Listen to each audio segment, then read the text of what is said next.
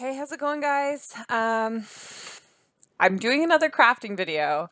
I was trying to think about what I wanted to make a video of, and I had just finished doing my baking video where we made the moon cake, and that was really, really fun, but it took me a long time to do it, so I really just don't want to do something complicated right now. And I had a student give me a fantastic idea for a reward system that I had never thought of before. So that's what I'm going to make, or in theory, what I'm going to make. Do you guys remember? Do you guys remember making cootie catchers when you were in school? Whenever it was, because honestly, I think every generation of children has made cootie catchers. It's not like oh, I'm from the Y generation or I'm an X gen or whatever. Like everyone has made a cootie catcher. So I'm assuming you know what it is. If you don't know what it is, this is a cootie catcher. I will put it right there. Cootie catcher. This is a cootie catcher. And I don't know if it has other names. That's what I always called it when I was in school. And basically, the idea is that you catch cooties with it, that you can tell your fortune or whatever with it. So a student had one of these in my class the other day, and I realized what it was. And I thought, oh my gosh, that's a great idea for a reward. And it's a really good idea for a reward because the student will have to elicit a number or a color in order to get you to actually, and you can even get them to spell the color out to open and close it. So if, let's say, they pick blue, I say, okay, spell blue. And they would say BLUE.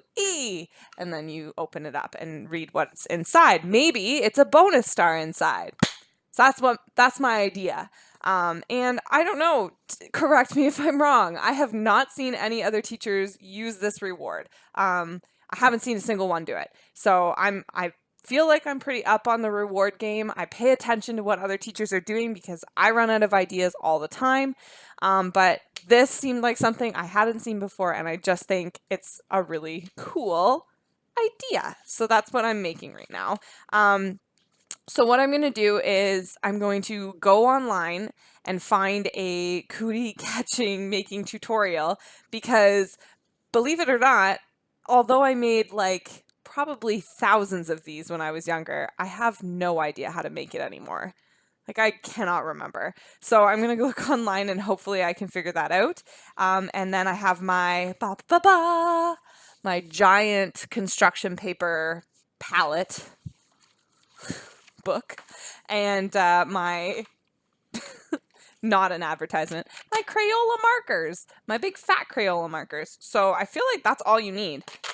Well, and scissors, maybe, unless you have square pieces of paper, because I think that it has to start out as a square. My dog just got a new chew toy today, so if you're listening and you hear squeaking sounds, that's what's being disemboweled right now, is a squirrel squeaky toy. So RIP to that toy, which cost me $15. Anyways, I think I'm going to start out with white construction paper. And I have to be really careful while I'm tearing this. I already ripped it. Because it needs to have a perfect square to start. At least I know that. And now, give me 5 minutes. I'm going to brush up on how to do this. All right. So there are cootie catcher tutorials on YouTube. So, I mean, I'll show you how to do it as well. So that we all are on the same page. But there is quite a bit. Flaming cootie catcher. No. Oh, a little shark cootie catcher. Okay, so you can actually also make these into little puppets if you wanted to. But that's another video. So we're just going to do, right now, just a standard cootie catcher. And I'm going to watch this short video, which is 1 minute and 45 seconds long, to see how to do it. So first you want a piece of paper like this. All right, let me just reorient you. Hello. There you go. All right, so you're going to take this and you're going to want to make a square. So like just fold a triangle. Dun, da, da. Okay, and then cut the like extra little lip off. I may actually fold it. Fold it so that I get a perfect square. Because my cutting skills are deplorable. They are truly horrendous. So I'm just gonna do this and hopefully I can just tear it and it'll work too. So basically you want to start with a square.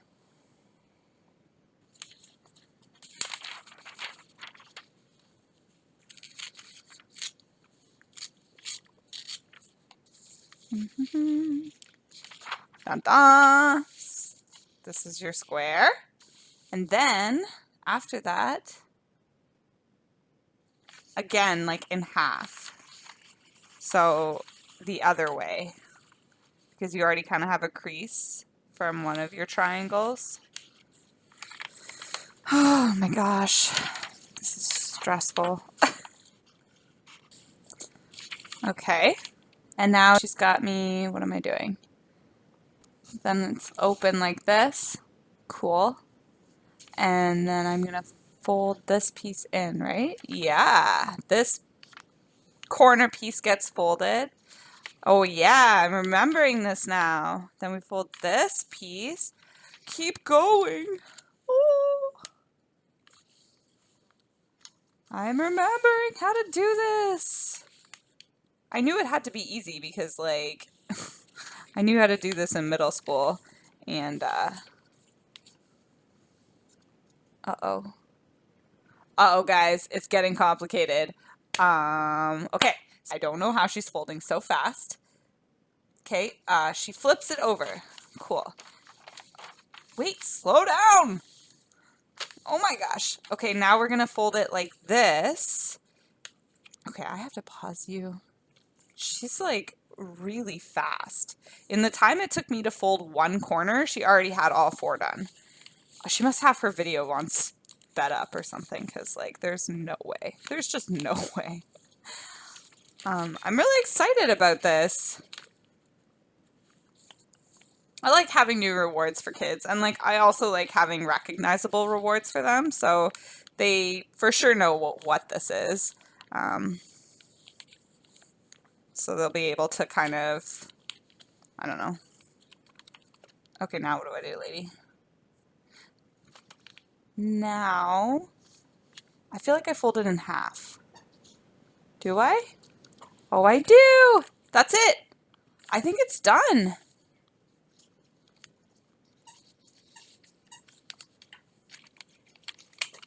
Oh, yes.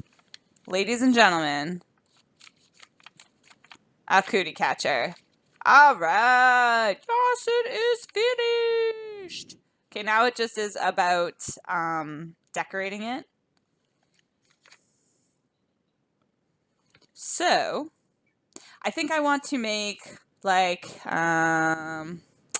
probably a lower level cootie catcher and then an upper level cootie catcher. So one that I can easily use with the lower level, which will probably just reveal a star. And one that I can use with the upper level, which will likely have some kind of reward plus questions, extension questions, or interesting questions about them. Okay, I'm done with the puppet show. Sorry, I just couldn't help myself. All right. Okay. So now that you have a cootie catcher, I hope that was like pretty easy to follow. And this, there are children screaming outside now. Oh my goodness. This is basically what I like to do when I start running out of ideas for rewards. I have been using for the last couple weeks now my racetrack reward system, which I will do a whole video about because I actually have adapted that.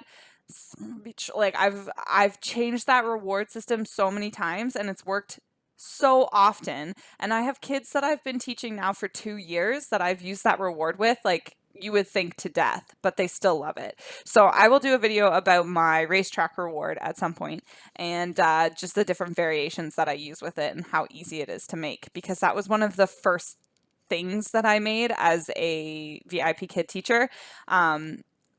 Just without looking at a tutorial. It was just an idea I had in my head, and I went with it, and I got pretty good results with it. I used to be a lot more creative with rewards. I don't know. I think this is pretty creative, but what I mean is, like, I would have, I don't know. Oh, I did like a whole backdrop that was a maze that the students could go through, and they could collect Easter eggs as they went through the maze. So that was, first of all, a very painstakingly long process to put up. It took a lot of time to, nope, took a lot of time to make the background. It took a lot of time to get the idea of what it was that I was actually doing with it. And then it didn't necessarily work with all levels, but all levels were curious about it because it was my backdrop for so long. So it was a lot of trial and error at the beginning, and I'm not one to read directions or necessarily to immediately take on what other teachers are doing. I like to see what other teachers are doing, but I also like to trial and error what works for me.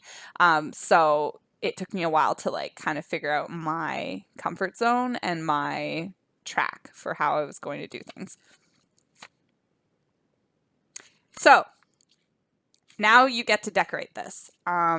And I feel like we're just going to decorate it in the simplest way right now, because the idea is for this to be able to be used with your lower levels super easily. And like, I'm really tempted to make a mean one, or like what I would have done in middle school for my husband later and make him do it. So I might do that, because now I know how to make it. It's really easy. Red, my favorite color. Okay, so first we are going to remember how to do this. So you can put colors or numbers on the outside, and if they pick a color, you spell the color, and then they have to pick from the inside. So I think I'm going to start with colors and then do numbers. So first color will be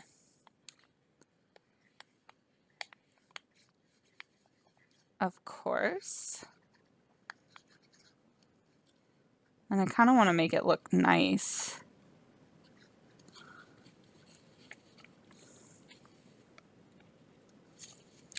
And I'm going to spell it.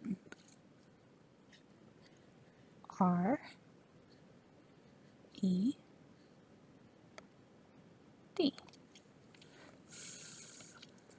Okay, so hopefully that's not backwards for you, but it might be.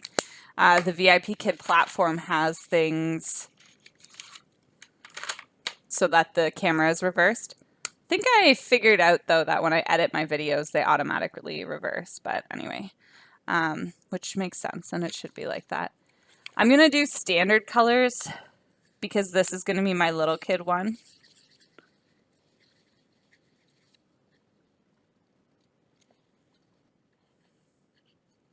G-R-E-E-N.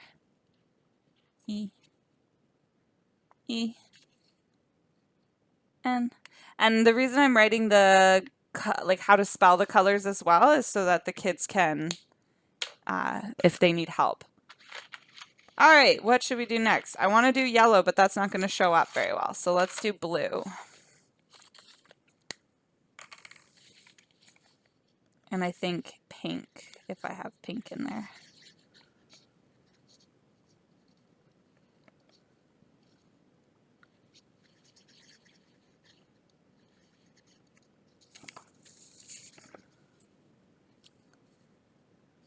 I almost wrote pink. B-L-U-E. I've also had to start getting my handwriting a little bit better now. I used to never really care. Pink.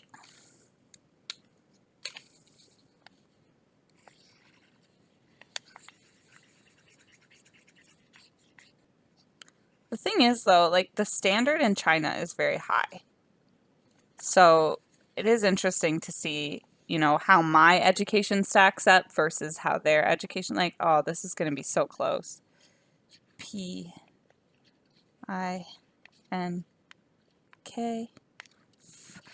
The red and the pink are side by side and they look very similar on camera. Don't make my mistakes. Okay, so I think that looks really good. So now we need the numbers. And I can do the numbers in black, which will be very visible. I think they all have to be facing the same way too, so that it's easy for the students to see. 1, 2, 3, 4, 5, 6, 7, 8. Most students can count to at least 8. I don't teach a lot of the really, really young ones. So pick a color. Blue, B-L-U-E. Pick a number. 8. 1, 2, 3, 4, 5, 6, 7, 8. Pick a number. And then you open it, and it's either a reward or it's not a reward. So now I need to go and find my gold star stickers because I bought a bunch of those. If you've watched any of my older videos, I bought way too many of those and I have not been able to use them. So I need to go and find those because I don't know where I put them. And I think gold star stickers, I'll put 5 in here, and then I will do some kind of dud reward for the other ones so that there's a little bit of a challenge. Okay, so I have my gold star stickers. And they're a really good size for this craft too. So I'm just gonna put them where I feel like they will fit. So how does this work? Pick a number. Then they pick a number and I open it up. And then they see, oh no.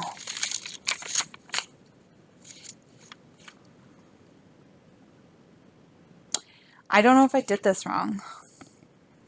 I feel like I didn't. 1, 2, 3, 4, 5, 6, 7, 8. No, I feel like I didn't. The reward has to go in here, the like little bit. So if it's, they are gonna see. I don't know.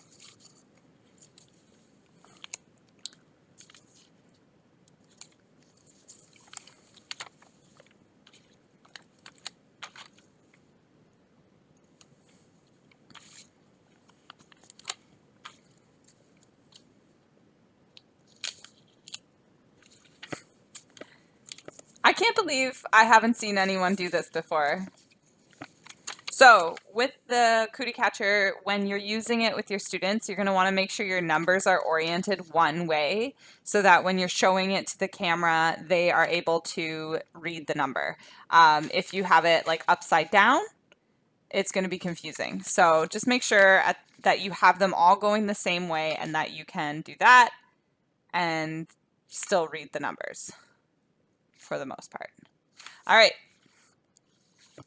here we go. Pick a color. G-R-E-E-N. Pick a number. 5. 1, 2, 3, 4, 5. Pick a number. 8. 8. Bonus star. Good job. Okay, that works really well.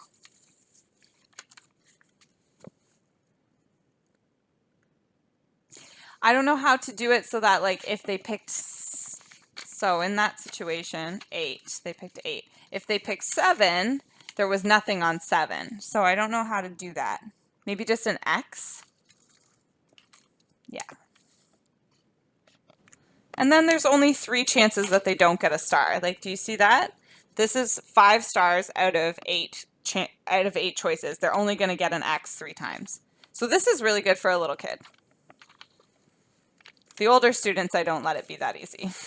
First of all, because they get bored. They want it to be more interesting, more challenging, and they also want to see that this isn't rigged so that they do well, because then it's not as fun. It's interesting because many teachers do reward systems, like they'll just reward the student. They'll give, and that makes sense, Sarah. I don't know why you do something else, but I was finding that just giving a sticker or just giving a thing every time they did a good job, it wasn't really stimulating. It didn't make them feel like they wanted to participate more. This pulls their attention back. And I don't know, I have a lot of students who have a hard time focusing, but also if you're teaching online, it's a platform that, like, a kid is walking around, generally speaking, with an iPad, and you have to be more interesting to them than whatever else is going on in their room. And you're teaching them. So if it's a student that, has strict parents or is an older student and they're sitting at their desk and just following the lesson, then you're okay for the most part. You don't need to grab their attention back. But if it's a younger student, like, let's say to the ages 7 to 8 to 9, they might need a little bit more to pull them in. And I have so many students who just walk around with me on their iPad. One time I got put in somebody's refrigerator and I was just in the refrigerator looking up at their food while he grabbed a snack and walked around his kitchen. And I had to be like, Bow Bow, can you take teacher out of the fridge? I can't see you. So, that's the kind of thing that this would be good for, because it's a game and it pulls them back into it because it's fun to do and it's not just a reward where I'm giving them something. It's a challenge. It's colorful. It does actually make them have to use the English that they know, because for the most part, if you're learning another language, some of the first things you learn are colors and numbers, and then you're easily able to, like, I can still count in French, even though my French is terrible.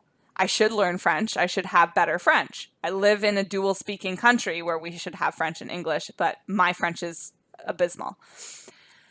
So this was the basic one for the little kids. And I'm going to make a little bit of a harder one for the older kids. But I hope that you guys found this interesting and got this as a good idea for yourselves. It's very easy to make. Obviously, we made it very quickly. And if you want to just follow that little tutorial I found on YouTube, versus listening to me ramble, there is a tutorial to make this. There's a bunch of tutorials to make cootie catchers, and then you can just do with it as you will. Make whatever you want with it. Make it into a shark. I'm actually kind of interested in trying that, so I'm going to watch that tutorial now and try and make a shark. I forgot to mention, please subscribe and like this video, and also I hope that you will come and check out all the other videos on my channel, because I have a lot of fun making them and I think that they are enjoyable to watch. Have a wonderful day. Bye.